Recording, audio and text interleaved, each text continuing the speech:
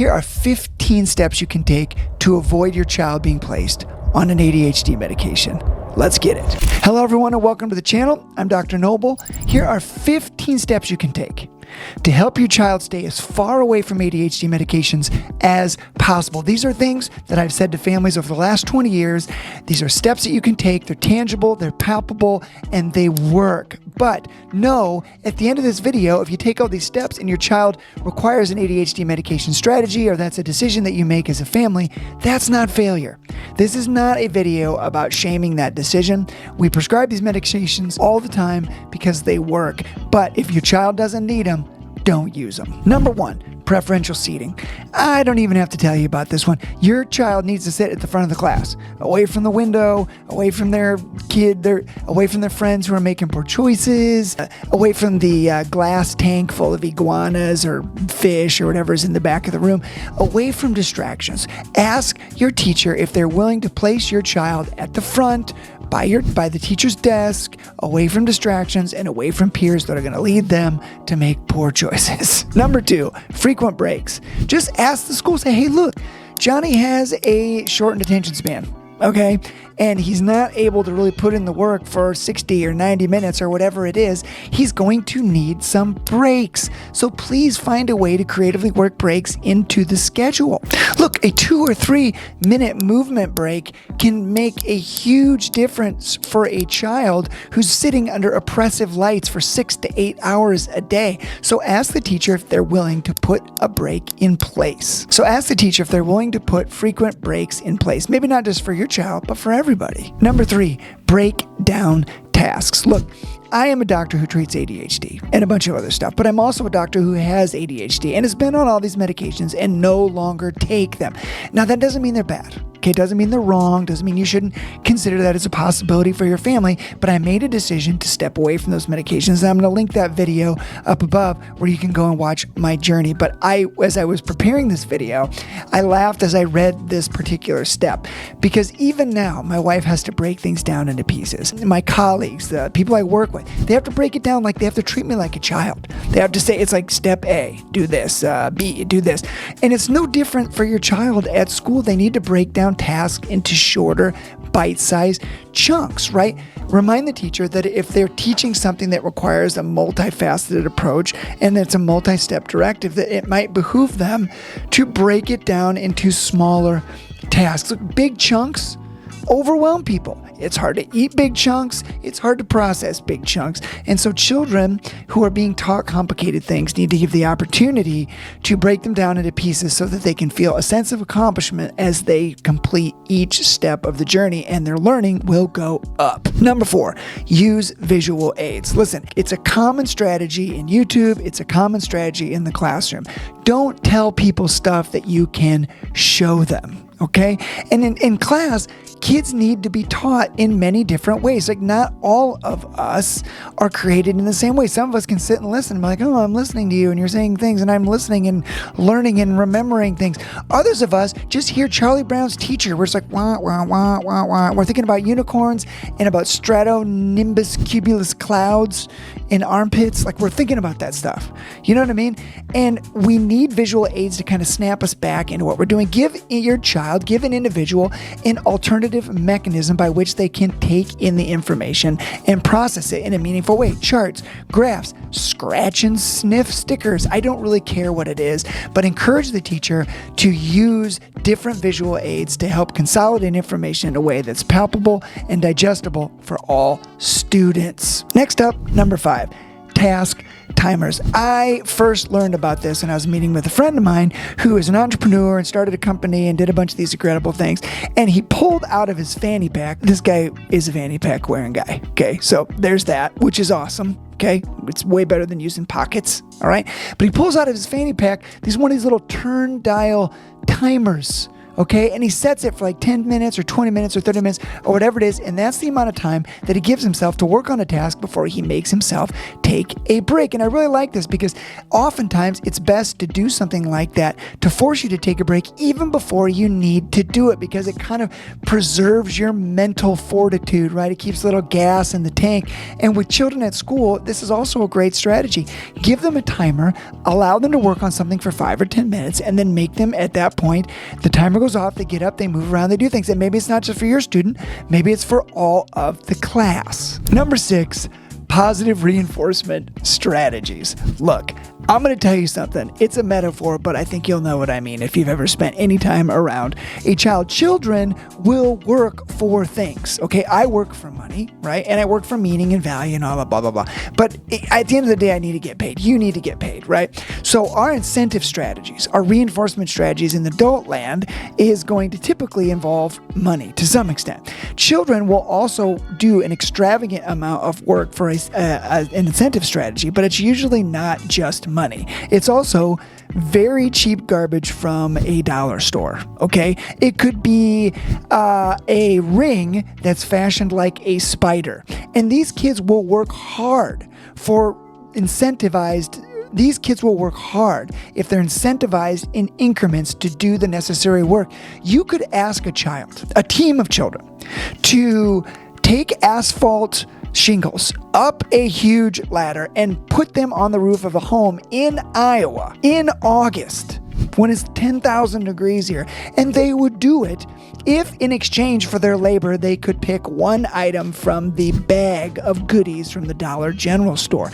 Children will work for incentives. They will work for incentives, and it's not wrong to give them a positive reinforcement strategy that they can work towards and get rewarded for even minimal compliance. These things can be very valuable in children who have a discrepant attention profile, which is a nice way of saying they probably have ADHD. Listen, if you've got a better incentive strategy than my metaphor about the Dollar General store and rings and putting asphalt on roofs, if you've got a better strategy, put that in the comments below. Please enlighten us about what you're using and what you're doing, and if there's any systems that you think are really useful.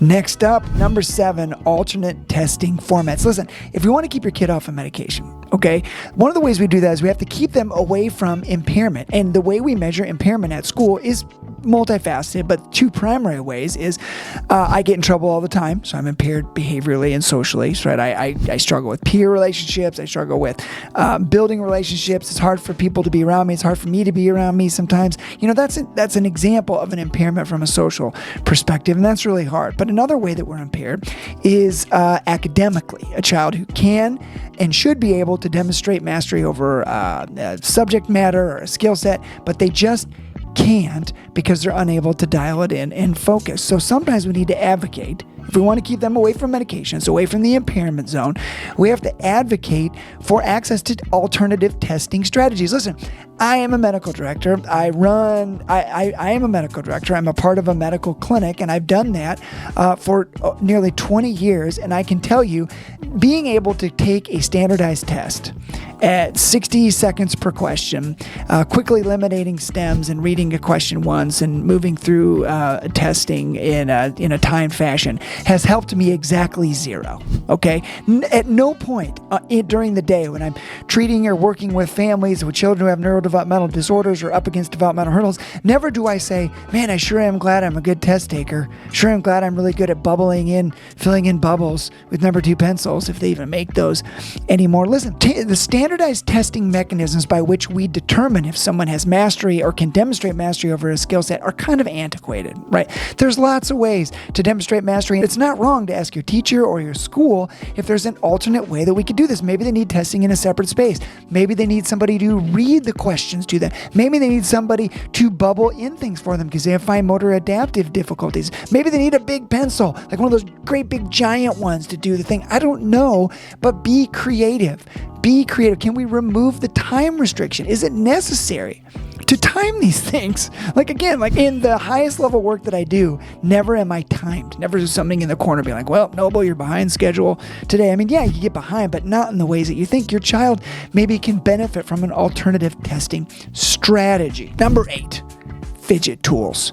Come on, you know this one. You know this one. I don't care if it's like a thing that you squeeze and the eyes pop out, or like one of those little fidget spinners that you spin around and do the thing, or, maybe it's just a ball of wax. You know what I mean? Or those little scrunchy things that we used to use in the 80s when we drive like our Camaros. We would squeeze it so our forearms would get strong. Maybe it's one of those. I don't really know. I mean, it could be any of those things. All right. But for crying out loud, put something in the child's hand that they can fidget with so that we don't have to put something in their mouth, which is a medication. And granted, we don't have to do these things. I'm just saying the essence of this video is how to stay away from medications, how to stay away from impairment. This is a great way to do it. Keep those hands busy, and then maybe, just maybe, that brain can stay focused. Number 9, establish a routine. Okay, I'm not the most organized person. All right. And when you're raising kids and living life and you're trying to stay fit, you're almost 50 years old and you got low back pain and high cholesterol. I get it. It's a little hard. Okay. It's hard to stay consistent. It's hard to have routine. Schools generally have routine. If there is a routine, if there is a schedule, make sure that the school is making that known to the child. And of course they are. All right. But you can ask for additional things. Like maybe it comes in, maybe there's an app that you download that shows the schedule for the day. Maybe there are things that you can look at or things you can post around your home that helps your child understand where's the friction in the day? Where's the rub? Where's the trouble? How do I prepare in advance? How do I get ready for that? Not only can you try and put together strategies that would involve routines in your home, which is difficult, you can make your child aware of routines at the school that they can anticipate so that they can in turn anticipate what may go wrong and prepare accordingly. If there's no routine, if there's no schedule, if there's no routine posted in the classroom, certainly just advocate for that. Maybe even make it for the teacher. They're busy, they're overworked, they're underpaid, they don't have time for this.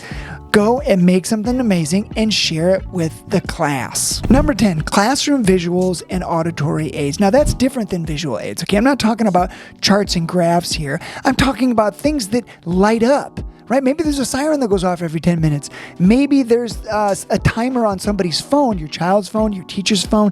Maybe there's a timer in the classroom that has birds chirping every 10 or 15 minutes. And it's an indicator that we all need to reset ourselves cognitively. Maybe we stand up, maybe we move around, maybe we give somebody a high five, we shake it out, we get back to work. Sometimes it's okay to bring up those ideas. Maybe it's just for your child, so it's something that buzzes right in their hands, or something that kind of doesn't disturb other people but can kind of wake your child's brain up if they could be idling or falling asleep. But there may be some things that your teacher could do that would wake up everybody in the class. So something to think about, maybe even something that you could provide for the school. Number 11, be realistic. Okay, come on. Your child is going to stay away from a level of impairment that requires pharmacologic intervention if we're realistic, okay? If you have in your mind that you are not going to be satisfied until your child is at or beyond grade level in all developmental skill sets, then it's possible that you might be disappointed, right? And then you're going to spin out quickly into this realm of impairment and seek pharmacologic intervention to help get your child closer to a standard that they're never really meant to meet. That doesn't mean you quit. It doesn't mean you give up. It doesn't mean that we don't care. It doesn't mean that. It just means that there are people in the world that live incredibly happy lives and they're not very good at reading, right? They live crazy good lives, doing great work, making people happy, doing work that's meaningful and valuable. And you know what? They just aren't good at algebraic equations. You know what I mean? So it's not wrong or bad to do an accurate assessment of your child's strengths and weaknesses, who they are as a person, and the directions that they may be heading in their lives, and what gives them joy, what makes them happy. Right? We don't have to fight to get our kids closer to this kind of chronologic age appropriate level of academic output or grade level academic output. And I know there's stressors, and I know you're hearing this and you're saying, well, you don't understand and you don't know. I get it. I've got 4 kids of my own. It's stressful. It's tense. You want to do the best that you can, but we have to start with being realistic. Don't seek out pharmacologic intervention for your child to get them to a standard that they're never meant to meet. It doesn't mean we quit. It doesn't mean we give in. It just means we acknowledge the fact that some people have strengths academically, some people have other strengths. Maybe we need to spend more time finding other strengths for the kids that struggle in school. Number 12, think about an IEP or a 504. Now listen, I've done other videos on this as well. I can link them up above or below or wherever. But listen, these are interventions that schools can put in place for your child. An IEP stands for an individualized education program or plan. And essentially it is a contract that exists between your child and the school. And essentially it says they do an assessment. They determine that your child qualifies for an IEP, right? And your child has to qualify. You don't just get one. You don't just get to go to the accommodations store at school and just kind of pick out what you want, okay? I'm not trying to be mean, but you'd be surprised how many people think that. Your child has to qualify based on a number of different factors. Schools will do an evaluation and they will determine what kind of interventions are going to be best suited for your child based on what your child needs, what they qualify for, and what the school can provide. This may shock you, but a lot of schools don't have a ton of resources. And putting in place additional resources, aside from what's occurring in a classroom, requires money. Maybe the school has to hire a paraeducator. Maybe they have to do more pull-out support with, specialized services or specialized instruction in a hallway or in a separate room. These things all take time, energy, and money. And an IEP is a mechanism by which school can be reimbursed from the federal government to provide those things. But your child has to qualify. An IEP is like a contract. It's like a marriage, okay? You don't just get it, and once it's put in place, it has to kind of be followed. You can't just easily break it. You can't decide you're done with it. If it's not being held up, either by your side or from the school side, that's a meeting that needs to occur and a discussion that needs to happen. Maybe we can change it. Maybe we can manipulate it. We can change the goals and the outcomes, but it can be a very firm agreement between you and school that needs to be followed versus a 504 plan, which is maybe what most people watching this video are going to seek initially. And remember, the goal is to keep our children, your child, away from pharmacologic interventions if we can. And a 504 or an IEP are ways that we can do that, right? We can turn up the volume on all the academic interventions that are offered through school or that your child qualifies for. And by turning them up or optimizing them, then we maybe minimize the likelihood of needing additional interventions like medications. A 504 plan, think about it like speed dating, okay? This was, I grew up in the 70s and 80s, and the speed dating was kind of like your version of like swiping right or left. Like we didn't swipe anything really, but now that was what they did. They would speed date. They would meet a bunch of people, they go through the thing, and have like a 5-minute discussion. You kind of decide who you want to get to know more and blah, blah, blah. Speed dating is easy to start, it's easy to stop. A 504 plan is kind of like that. It still requires some interventions, it still requires discussion. You can't just go and get a 504. You have to qualify for it based usually on diagnoses that you can obtain from an evaluation, even from your regular doctor. But it opens the door for interventions. Now, these interventions are not typically tied to federal funds, and so anything the school is giving you in regards to a 504 plan is coming off their back. So please be nice, okay? But know that whether it's an IEP or a 504, breaking these agreements is bad, okay? And there are consequences. So they both carry with them a significant amount of value. One has a monetary value affixed to it, which is an IEP. One has, certainly intervention value, but no monetary value, and that's a 504. But they're all important. And please understand that when you meet with the school and you advocate for these interventions, you have to be realistic, not just about your child's expectations, but what are your expectations for school? You can't just go in to an IEP meeting and say, Johnny learns best when he rides a pony through the hallways, and that's how he needs to learn math. First off, you don't even talk like that, okay? I don't know why I did that, but it's true. You have to be realistic. I mean, these are public school systems. They don't have access to ponies, and I'm sure Johnny would like to ride a pony. I would like to ride a pony right now, but it's just not feasible. So take what the school can give, find that middle ground, come with ideas, and seek out an IEP or a 504 because it's one of the best ways to keep medications away from your child. Number 13, make a decision right now about what you're going to do and not do. Don't wait for fire. Don't wait for a fire, right? We've got fire extinguishers all throughout the medical clinic that I work in. Not because we're like, well, let's just go get that stuff when there's a fire and then we'll deal with it. No, right? That's not up to code. It's the same with your decisions. Listen, if you know that you're not going to seek pharmacologic intervention, you're not going to, and you want to do other things like you want to do things like vitamins and all these other things, which I've done videos about those too. Do that. that, okay? And don't entertain anything else. I mean, ADHD is important, and we want to treat impairment, and we want to help if it's necessary with the medication, if it's warranted, okay? But if you know at the beginning of all of this, no matter what happens, you're not going to do a medication, then don't do a medication, right? ADHD is not a terminal condition in general, okay? So it's not like we're not treating cancer here. If you want to do it, do it. If you don't. I respect it either way. But make that decision right now, right? You don't need additional information from school. School doesn't get to tell you how to manipulate the neurochemistry of your child's brain. You get to decide that. You get to decide in conjunction with a provider on if that's necessary and reasonable, and make that decision right now about what you will and won't do. Don't be talked into or out of something. Best case scenario, you just keep an open mind, hold it with an open hand, and decide as time goes on. But if you know that you're going to do these interventions and you're not going to go further with medications, then don't. And start and end the conversations with school that way. Not because school is trying to get you to do what you don't want to do, but because you just need to bookend that thought with what you see as objective truth in your life. We're not going to seek a medication, so what else can we do to optimize the academic environment with an IEP or a 504, all the things that we've discussed so far. Number 14, focus on what is going well. For crying out loud. If you want to avoid medications, you got to focus on the positives. You know, when you're going into conferences or you're going into school, it's not uncommon for school to give you a list of things that are going good, but usually a longer list about what's not going good. Okay. And it's just so important for you to focus on the things that are going well. Focus on those things, because again, like, if all you're hearing is negative, if all you're smelling is smoke, then all you're going to do is get fire extinguishers and go seek out pharmacologic intervention. Remember,